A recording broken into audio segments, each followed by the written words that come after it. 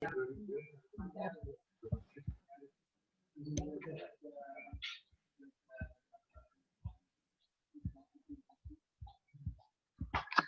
aku mau makan dulu, guys. Assalamualaikum warahmatullahi wabarakatuh. Waalaikumsalam warahmatullahi wabarakatuh. Bu Puji dan Mbak Niken yang saya hormati. Kami persilakan dulu untuk Pak Haris untuk menyiapkan paparannya di PPT. Sudah saya jadikan co-host.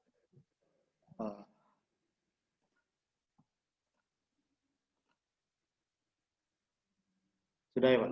Sudah, ya. Bentar, belum muncul. Oke, sudah. Pembelajarannya, saya pembukaan dulu, berarti PPT ini udah muncul atau nanti aja Pak, pas saya mulai materi? Dimunculkan dulu, tidak apa-apa. Oh, munculkan dulu. Ya, siap. Gimana Pak? Mulai sekarang? Ya, boleh. Berarti satu arah ya Pak ya? Tidak ada jawaban dari murid ya? Saya hanya mengajar seperti biasa ya? Tidak apa-apa, nanti bisa muncul pertanyaan dari saya. Nanti kami di sini seakan-akan sebagai siswa. Siap. Siap Bapak. Bismillahirrahmanirrahim Pak, saya siap mulai. Bismillahirrahmanirrahim. Assalamualaikum warahmatullahi wabarakatuh. Waalaikumsalam warahmatullahi wabarakatuh. Apa kabar murid-muridku yang Bapak cintai? Semoga kalian dalam keadaan sehat selalu. Dan ingat, setiap kita keluar rumah, selalu gunakan protokol kesehatan COVID, karena kita tidak pernah tahu bahwa virus ini atau pandemi ini menyerang kita kapan saja. Jangan lupa gunakan masker, cuci tangan dengan sabun, dan ingat, jaga jarak supaya kita tidak terlalu berdekatan. Sebelum kita mulai pembelajaran kali ini, marilah kita berdoa dulu agar pembelajaran kita pada hari ini diberikan rahmat oleh Allah Subhanahu wa taala.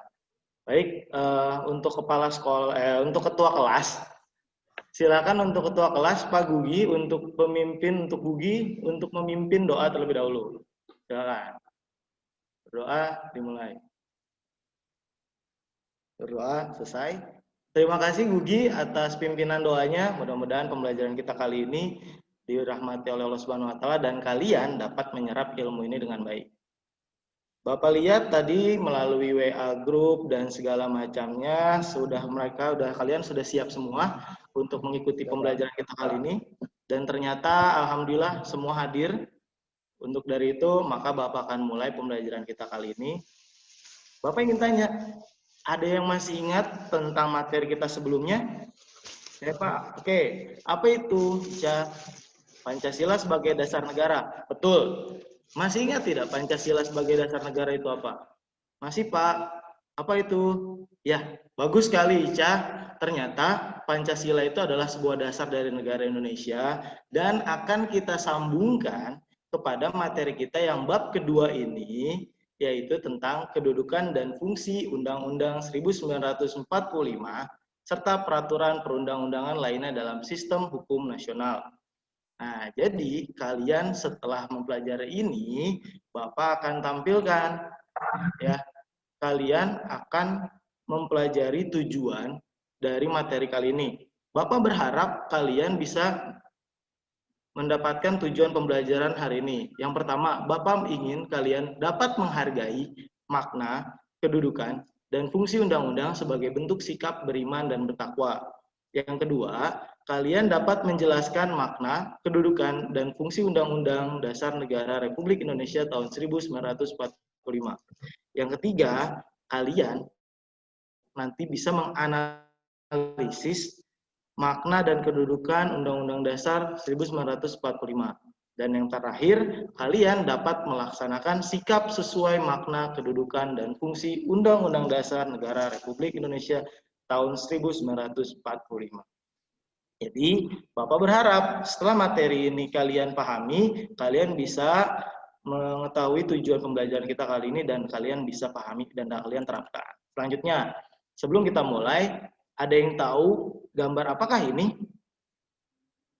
Ya, betul sekali. Ini adalah teks Undang-Undang Dasar 1945. Kalian pasti sudah tahu teks ini untuk apa. Dan ini ada nggak sih kita untuk membacanya atau pernah nggak sih kalian membaca undang-undang ini? Kapan kalian membacakan teks undang-undang ini? Ya, betul. Baca. Setiap kali kita upacara, setiap hari Senin, pasti ada petugas yang selalu membacakan Undang-Undang Dasar. Untuk apa? Untuk selalu mengingatkan kita bahwa Indonesia itu memiliki landasan hukum yaitu Undang-Undang Dasar Negara Republik Indonesia. Baik, selanjutnya kita akan mulai pembelajaran yang selanjutnya. Ini adalah kedudukan dan fungsi Undang-Undang 1945 serta peraturan perundang-undangan lainnya dalam sistem hukum nasional. Kalian tahu apa itu sih konstitusi? Konstitusi berasal dari bahasa Prancis, yaitu constituer, berarti pembentuk dasar hukum dalam pembentukan negara. Kalau kita melihat dari Prancis, ternyata bukan hanya dari Prancis saja, dari negara-negara yang lain pun ada yang mengatakan konstitusi berasal dari bahasa Inggris, dari bahasa Indonesia, dan mengandung arti yang sama, yaitu dasar hukum. Dan banyak sekali bahasa-bahasa lainnya yang mengandung arti yang sama. Jadi, kita pun sebenarnya sama, memiliki konstitusi yaitu Undang-Undang Dasar. Undang-Undang Dasar 1945 merupakan salah satu rangkaian sejarah konstitusi berdirinya NKRI, di mana sebelum kita menjadi republik ini atau sebelum negara ini utuh, maka harus ada sumber dasar hukum yang bisa mengatur pemerintahan di Indonesia ini. Maka dibuatlah Undang-Undang Dasar ini sebagai landasan dasar, sebagai dasar hukum nasional kita. Oke, coba Bapak ingin tanya, ada yang paham tidak? Apa sih arti hukum? Ya, silahkan. Ya, bagus sekali. Hukum itu adalah sebuah kumpulan, sebuah peraturan, perintah, dan larangan yang mengurus tata tertib suatu masyarakat dan harus ditaati masyarakat. Dan Bapak selalu bilang bahwa hukum itu bersifat memaksa. Kemarin ada yang nanya, Pak, kenapa hukum itu harus memaksa? Jelas, Nak, kita harus mematuhi hukum dan hukum itu memaksa. Kalau sampai hukum itu tidak memaksa, maka akan terjadi ketidakstabilan di negara ini. Contoh, perampokan di mana-mana, kejahatan di mana-mana. Ketika mereka semua melakukan itu, tidak ada hukum yang mengatur mereka, apa coba yang akan terjadi? Ya, betul. Akan terjadi perpecahan, akan terjadi kerusuhan, dan akan terjadi mara bahaya di negara ini. Bahkan bisa jadi negara ini akan menjadi negara yang tidak tertib dan tidak aman untuk kita tinggali. Maka dari itu, hukum perlu ada di Indonesia. Sistem hukum nasional adalah suatu keseluruhan dari unsur-unsur hukum nasional yang saling melekat dalam rangka mencapai suatu masyarakat yang berkeadilan. Dan ingat, berkeadilan. Berarti di Indonesia ini, hukum itu tercipta untuk menciptakan sebuah keadilan. Nah, jangan sampai ada sebuah peribahasa, Pak, hukum itu lancip ke bawah, tumpul ke atas. Tidak, hukum dalam arti dasarnya adalah harus adil. Tidak memandang itu orang kaya, orang miskin, ataupun pejabat, ataupun rakyat jelata, semua yang terkena oleh jeratan hukum ditindak secara adil. Paham semuanya? Jadi, jangan sampai ya kalian itu memandang, wah, saya kan orang kaya, saya nggak berhak dihukum. Salah ya, Nak? Hukum itu adil. Nah, Bapak pengen lihat nih di sini. Ternyata hukum itu berdasarkan bentuk ya, dibagi menjadi dua. Yang satu tertulis, yang kedua tidak tertulis. Ada yang bisa menyebutkan tidak? Contoh hukum tertulis itu apa? Ya, betul. Apa? Ya, salah satunya adalah undang-undang, ada perpu, ada juga kepres, dan segala macamnya. Tapi kalian jangan terlalu jauh. Pernah tidak melihat di lingkungan kalian, di RT kalian, di RW kalian, ada selebaran tentang peraturan yang tertulis yang menyatakan bahwa ini adalah peraturan wilayah? Oh, ada tidak peraturan tentang siskamling, peraturan tentang tidak boleh keluar malam? Nah, itu pun menjadi sebuah hukum tertulis yang ada di daerah kalian. Jadi tidak perlu kalian selalu mengaitkannya dengan pemerintah. Kita pun pasti memiliki hukum tersendiri di sekitar kita. Yang kedua, hukum tidak tertulis. Coba, ada yang ingin menjawab? Ya, hebat. Jawaban kamu betul. Ternyata ada juga hukum yang tidak tertulis, yaitu adalah sebuah kebiasaan. Kebiasaan yang sudah melekat di dalam diri kita dari sejak kita lahir, ataupun kebiasaan yang ada pada daerah kita. Contohnya apa? Betul, seperti yang tadi. Hormat kepada orang yang lebih tua, tidak meludah sembarang tempat, bahkan tidak meludah ketika kita sedang bertemu dengan orang. Jadi, bisa kita tahu bahwa ternyata hukum ada yang tertulis dan tidak tertulis. Apakah penting kedua-duanya? Penting, nak.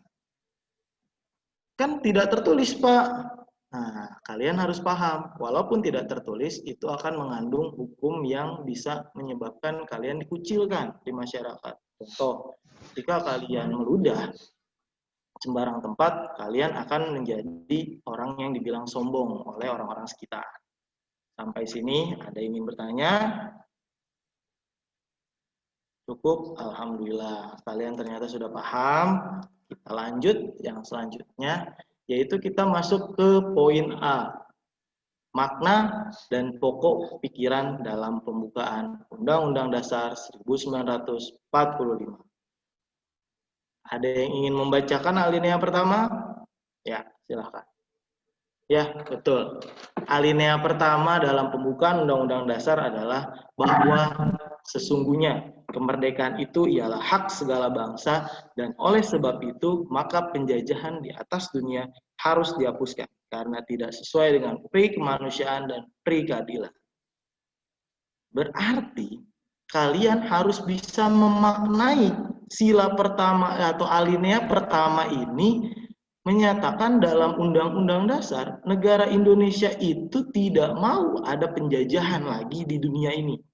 Karena apa? Kalian tahu perjuangan bangsa Indonesia untuk mencapai kemerdekaan ini sangat sulit.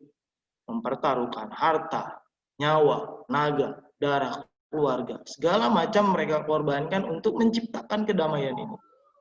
Maka di alinea pertama, mereka menyebutkan penjajahan di atas dunia harus dihapuskan karena tidak sesuai dengan pri kemanusiaan dan pri keadilan.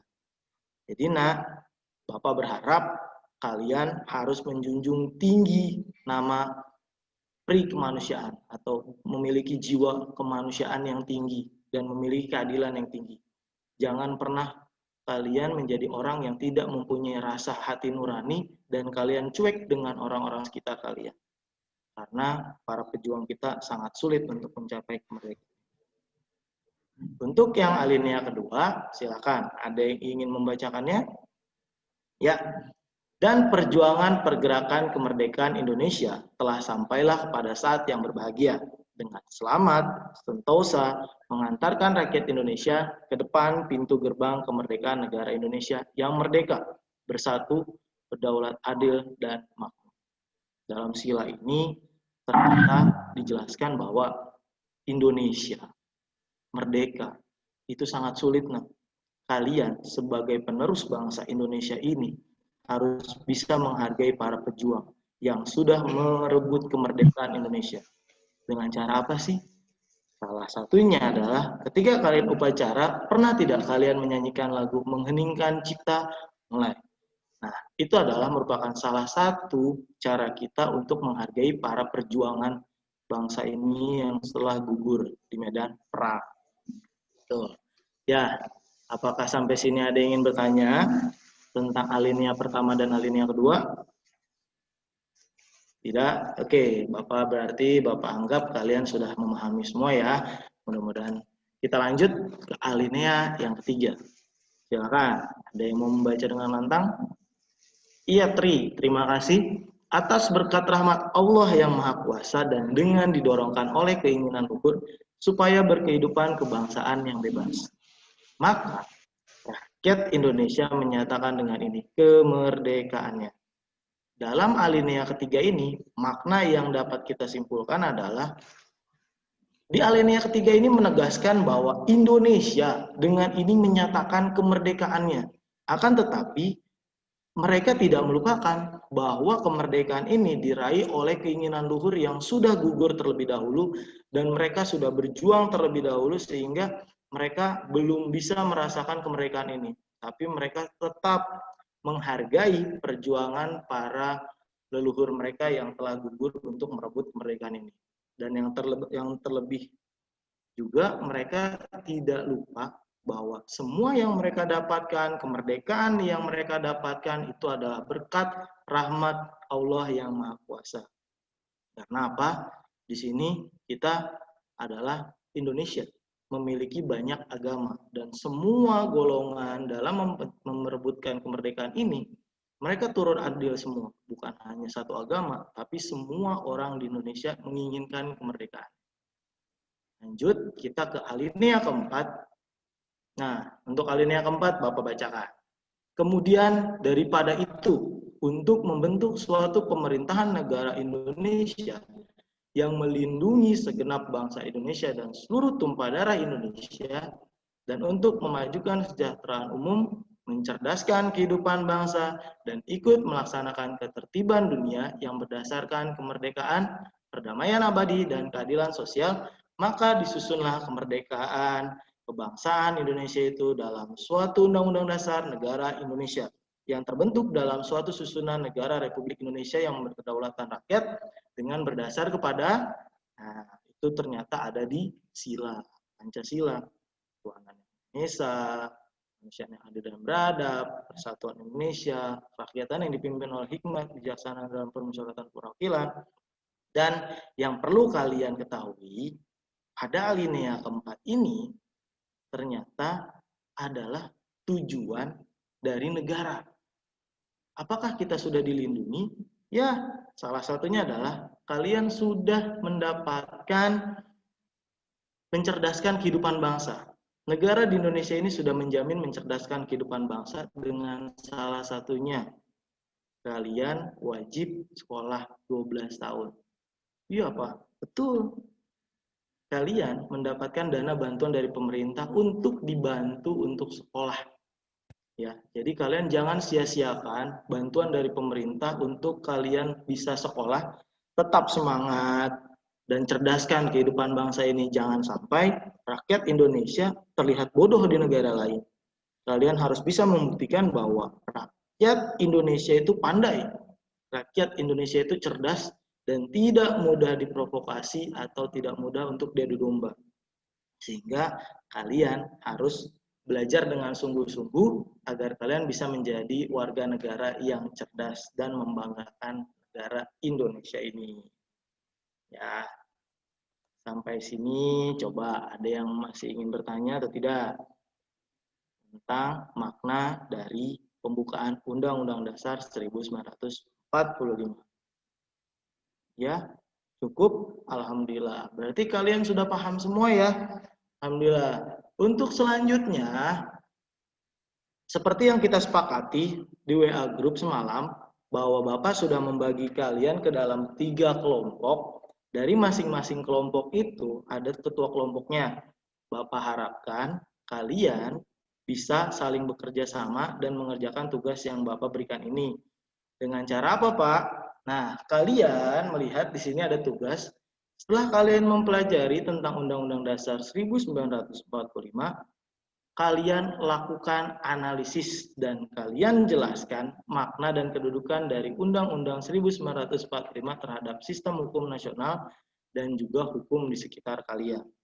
Boleh kalian tulis di kertas atau nanti kalian kirim video penjelasannya melalui video ataupun dari pesan suara. Bapak tunggu nanti bisa melalui grup WA ataupun nanti melalui link Google Classroom yang sudah kita sepakati. Oke, silakan untuk kelompok untuk mengerjakan. Bapak berikan waktu. Ya, terima kasih. Ya, Bapak coba minta untuk kelompok 1. Coba jelaskan apa hasil dari pemikiran kelompok kalian. Ya, bagus sekali. Ternyata kelompok 1 sudah memahami materi ini dan saya berikan aplaus untuk kalian. Dari pengetahuan kalian ternyata bagus, penyampaiannya bagus, hasilnya ternyata kalian membuat di kertas dengan hiasan-hiasan, berarti kalian kreativitas. Terima kasih kelompok 1. Silakan kelompok 2. Wah, luar biasa kelompok 2. Jawaban pemaparannya baik dan dalam tata bahasanya juga baik, presentasinya cukup, tidak bertele-tele, padat, dan hasilnya pun bagus. Kelompok 3 silakan. Ya, luar biasa. Berikan tepuk tangan untuk kelompok 3. Semuanya ternyata kelompok 1, 2, dan 3 memahami apa yang kita pelajari hari ini. Mudah-mudahan apa yang kita pelajari hari ini bisa kalian pahami, kalian resapi, dan kalian aplikasikan ke dalam kehidupan kalian sehari-hari. Dan Bapak juga berpesan bahwa materi ini adalah untuk kalian pelajari dan kalian pahami ya. Jangan sampai kalian melupakan materi ini. Jangan sampai hari ini kita belajar, minggu depan kalian sudah lupa. Oke, anak-anak, untuk pelajaran kita hari ini cukup sekian. Tapi sebelum saya tutup, saya ingin menanyakan, ada yang ingin membacakan kesimpulan tidak dari materi ini? Tidak ada. Oke, baik. Sebelum kita mengakhiri materi kita kali ini, Bapak akan menjelaskan secara singkat tentang kesimpulan materi ini. Materi ini bertujuan adalah, atau Undang-Undang Dasar 1945 ini merupakan sebuah landasan dasar hukum dari sistem pemerintahan di Indonesia.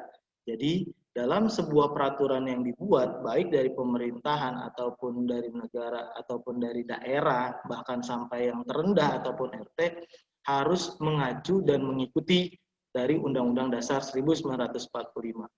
Dan tugas kita sebagai warga negara Indonesia adalah harus mengikuti dan patuh pada hukum yang berlaku di negara kita. Jangan sampai kita melanggar ya. Karena Bapak masih ingat, ada peribahasa hukum itu untuk dilanggar. Jangan sampai seperti itu. Hukum harus ditaati. Karena hukum mengatur kehidupan agar menjadi adil. Mau tidak kalian diperlakukan seperti tidak adil? Tidak kan? Kalian pasti ingin diperlakukan secara adil, baik secara hukum maupun di mata orang lain.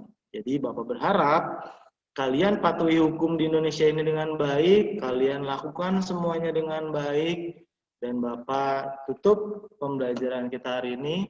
Mudah-mudahan apa yang kita pelajari hari ini kalian dapat memaknainya, kalian dapat memahaminya, dan kalian bisa aplikasikan di kehidupan kalian setiap hari. Oke, sebelum Bapak tutup, silakan Ketua kelas pimpin doa terlebih dahulu untuk mengakhiri pembelajaran kita hari ini. Silakan, Budi. Berdoa dimulai. Berdoa selesai. Ya, terima kasih anak-anak. Cukup sekian dari Bapak. Billahi taufik wal hidayah. Assalamualaikum warahmatullahi wabarakatuh. Ya, Bapak Ibu. Ya. Metode apa yang Anda gunakan? Ibu, saya menggunakan problem based learning, Bu, untuk tugas anak-anak. Jadi saya memberikan sebuah kasus yang nanti mereka akan jelaskan. Apa bedanya Anda menggunakan PBL ini pada pembelajaran online seperti ini? Dan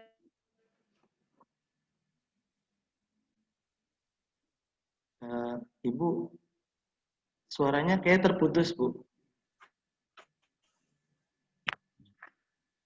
Ya, Ibu. Oke. Apa bedanya penggunaan PBL ini bagi Anda, menurut saudara, itu pada saat pembelajaran daring dengan pembelajaran tatap muka?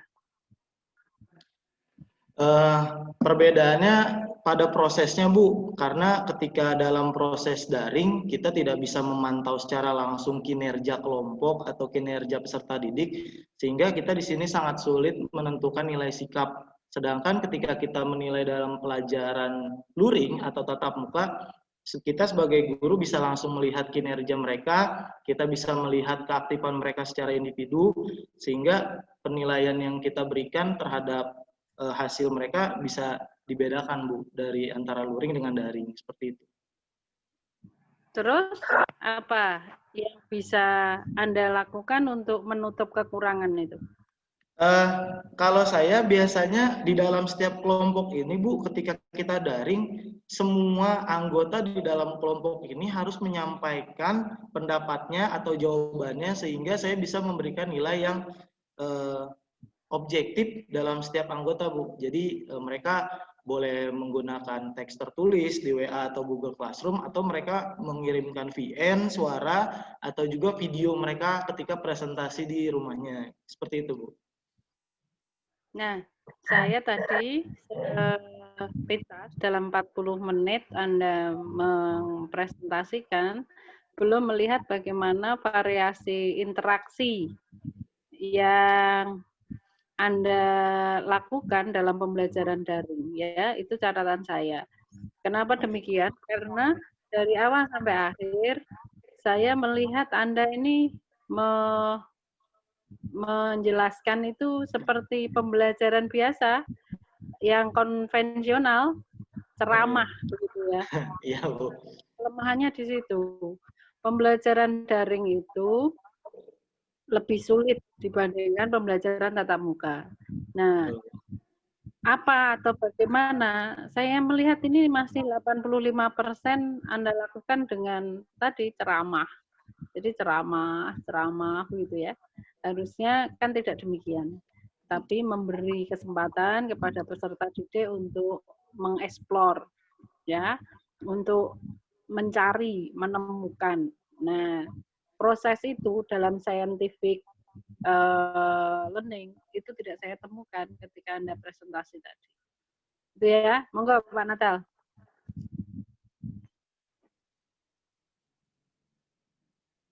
Pak Natal? Mas Natal? Pak Natal? Itu masih mute itu loh.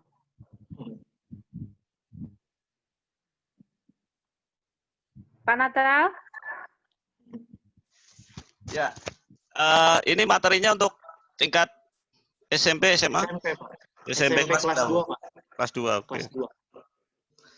Tadi saya melihat di variasi di PPT-nya itu masih terlalu banyak penjelasannya, tidak muncul poin-poin. Nah, ini kalau bisa di media jangan terlalu panjang lah penjelasannya, cukup di poin-poinnya. Kemudian tadi sempat munculkan daya pancing untuk siswa bertanya dan lain sebagainya. Ini sudah lumayan baik. Cuma di pengembangan teknologi informasinya ini masih belum muncul. Tadi hanya menyinggung pada saat WA saja ya, di grup WA. Ya, itu perlu di-combine sebenarnya di dalam pembelajaran. Saya rasa seperti itu, Bu Puji. Masukan dari saya.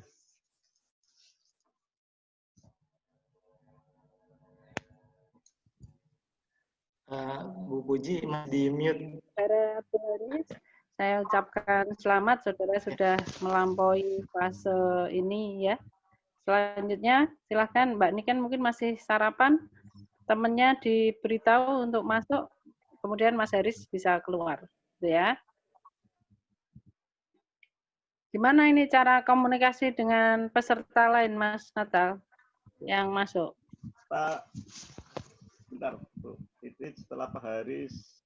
Oh, masih ada 15 menit sepertinya, Bu. Karena peserta yang kedua ada jamnya di 8.50. 8.50. Loh, lah berarti masih ada 15 menit. Lah Anda tadi presentasi itu berapa menit? Jadi ini Bu, sebenarnya tadi presentasinya itu sekitaran 25 menit. Dan ada biasanya katanya ada 20 menit atau berapa menit untuk dosen memberikan tanggapan, seperti itu. Oh, ya sudah. Maju kok, malah nggak boleh itu gimana? Temennya diberitahu, Mas. Belum siap kayaknya, Bu. Siap. Berarti saya keluar atau gimana ini, Bu? Masuk dulu temennya. Temennya masuk dulu. Nanti kalau temennya sudah masuk, Anda keluar. Anda tanggung jawab. Nanti begitu seterusnya ya. Temennya harus siap. Sembari memberitahu temennya, coba Mas Haris, saya mau lihat PPT-nya tadi. Siap, Bu. PPT-nya masih sederhana sepertinya, Bu. Nah, itu ngaku sendiri. Nah, Dalam coba PPG ini, Bu, alhamdulillah saya mulai belajar untuk mulai berkreasi, Bu. bukan demikian. Coba dari halaman pertama, PPT Siap, Bu. 1-nya. Nih, Bu. Ini temennya sudah diminta masuk belum? Sudah, Bu. Saya coba lagi. Coba Anda lihatkan ke saya yang slide kedua. Yang ini, Bu. Nah, iya ini, Bu. Nah, itu ya. Jadi, menuliskan tujuan pembelajaran itu jangan seperti itu. Oh iya, siap, Harus Bu. ada tujuan 1, tujuan 2, tujuan 3, tujuan 4. Harus ada angkanya itu. Ada angka ya, Bu? Siap. Udah kayak begitu enggak usah dikomentari, Anda mendengarkan saja. Terus background abu-abu, Anda berikan itu putih sama kuning ya, enggak akan bisa terbaca. Maksudmu itu kreatif tetapi malah menyulitkan siswa. Jadi PPT itu media pembelajaran. Media pembelajaran itu digunakan untuk mempermudah proses pembelajaran, bukan malah mempersulit. Kalau media itu Anda buat mempersulit, menjadi tidak jelas, ya malah tambah bingung nanti. Coba dilihatkan slide keempat. 4 ini, Bu. Nah, itu namanya yang tadi disebutkan Pak Natal itu. Bukan poin, bukan PPT. Ya, PPT itu PowerPoint. Jadi kekuatannya ada di powernya. Poin-poinnya itu menjadi kekuatan. Nah, ini apa? Wah, bukan berarti kalau membuat PPT indah kemudian itu kreatif, bukan.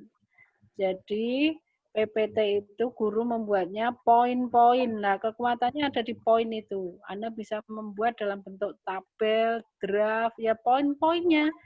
Tidak kemudian isi materi pembelajaran Anda copy paste di situ. Jelek ya. Mana ini temennya sudah masuk apa belum? Sudah proses, Bu nih, sudah jawab.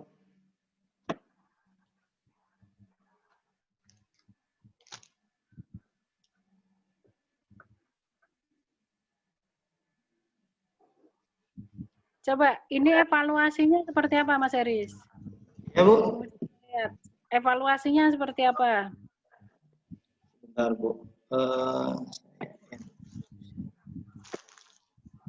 Evaluasi.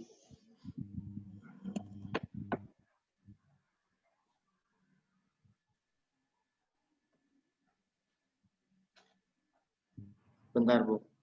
Loh, enggak, Anda kenapa? Ya, Bu. Menjawabnya sebentar. Ini, Bu, sedang saya tampilkan. Saya tampilkan tidak, Bu, maksudnya? Loh, wong ditanya kok. Ditampilkan siap. apanya? Mungkin ini produk evaluasinya, Bu. Lah ya, evaluasinya bagaimana kok? Produk evaluasinya gimana? Siap. Jadi Anda itu kan evaluasi. punya tujuan pembelajarannya. Coba ditampilkan lagi tujuan pembelajarannya. Loh, wong tadi sudah ada PPT-nya, keluar lagi gimana? Siap. Tujuan.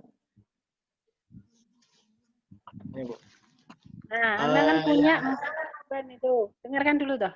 Anda kan punya 4 tujuan itu. Nah, tujuan pembelajaran itu bisa tercapai dan enggak, itu kan bisa dinilai dari evaluasinya. Nah, evaluasinya dengan cara apa? Evaluasinya itu dengan cara melihat tugas dari hasil anak, Bu, dan pengertian mereka, menjelaskan makna itu dari presentasi mereka, terus melaksanakan sikap itu dengan cara mereka melakukan kehidupan sehari-harinya, Bu. Jawabanmu itu bulat seperti mengungkapkan cinta saja. Wah. Pertanyaannya gampang kok, jawabannya bulat. Evaluasinya dengan apa? Evaluasi apa yang pertama? Sikap. Sikap dilakukan dengan cara apa? sikap itu dengan cara mereka memberikan respon dalam pembelajaran ini, Bu, dengan sigap gitu, Bu, dengan cara tepat waktu. Dengan sikap gimana? Nah, terus Kalau instrumennya ada enggak? instrumen penilaiannya ada, Bu. Nah, yang kayak begitu itu harusnya diperlihatkan di PPT-nya. Ini loh instrumennya, ada enggak di PPT-nya? Tidak dibuat di PPT, Bu. Lah iyalah caranya Bu Puji melihat piye? Anda WA saya gitu. Biasanya saya kalau pembelajaran saya lewat VN, Bu. Loh, ini kan Anda dinilai oleh Bu Puji. Kan saya nilai. Lah kalau saya kepengen lihat alat evaluasi Anda terus piye? Kalau ndak ada di PPT, ndak ada di tampilan. Adanya di bentuk Word, Bu, evaluasi. Bentuk Word gimana? Nah, itu ya. Jadi dalam pembelajaran online itu juga ada supervisor. Siapa supervisornya? Saya, ya. Kemudian nanti kepala sekolah Anda. Maka Anda harus menyiapkan itu. Nah, harusnya tadi tampak ya, tidak hanya PPT itu, tidak hanya berisi tentang Anda pembelajaran ke siswa. Anda juga harus menyiapkan, ini loh alat penilaian saya seperti ini. Gitu ya. Yang kognitif saya ukur dengan seperti ini. Kan gitu toh.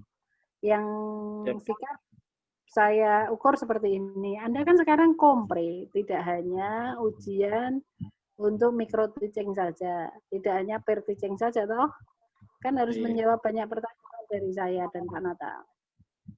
Nah, yang kayak gitu mesti tidak disiapkan oleh teman-teman Anda yang lain juga. Maka harusnya demikian karena kompre toh. Lah Bu Puji sama Pak Natal misalnya kepengen lihat evaluasinya tidak muncul. Nah, itu harus muncul. Ini kok pesertanya belum masuk juga ya? Oh, katanya Mas belum ditolak masuk, Bu, katanya. Loh, kenapa ditolak masuk? Pak Natal, Mas Natal. Iya, Bu. Itu katanya ditolak masuk itu. Belum ada yang masuk, Bu. Nah, iya.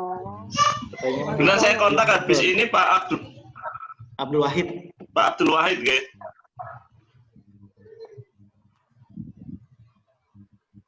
Gini aja Mas Abdul Haris. Siap, Ibu. Supaya enak, itu nomornya Pak Natal dimasukkan aja ke kelompok 1. Kelompok 1 bikin WA grup. Alhamdulillah sudah, Bu, sudah masuk Pak Natal ke kelompok 1. Ini juga saya sudah japrikan. Ceritanya di mana? Saya telepon dulu, mungkin ya, Bu ya. Saya tanya ini kenapa Pak Abdul Wahid. Pak Natal? Iya, Bu. Ini kayaknya apa, Pak? Kita ada masalah ini, Pak Natal. Enggak, masuk aja. Jadi mungkin ada 2. Pak Natal? Oh, iya. Siap. Enggak, Bapak ngintip lagi, Pak. Mau langsung diterima sama Pak Natal. Ya. Siap. Yuk. Mas Natal? Oh. Terus pundi, Bu? Ada miskomunikasi, Bu. Katanya saya disuruh, dia masuknya ketika saya keluar, Bu. Jadi katanya belum masuk. Terus tadi pas udah pengen masuk, ditolak katanya. Nggak ada, ditolak.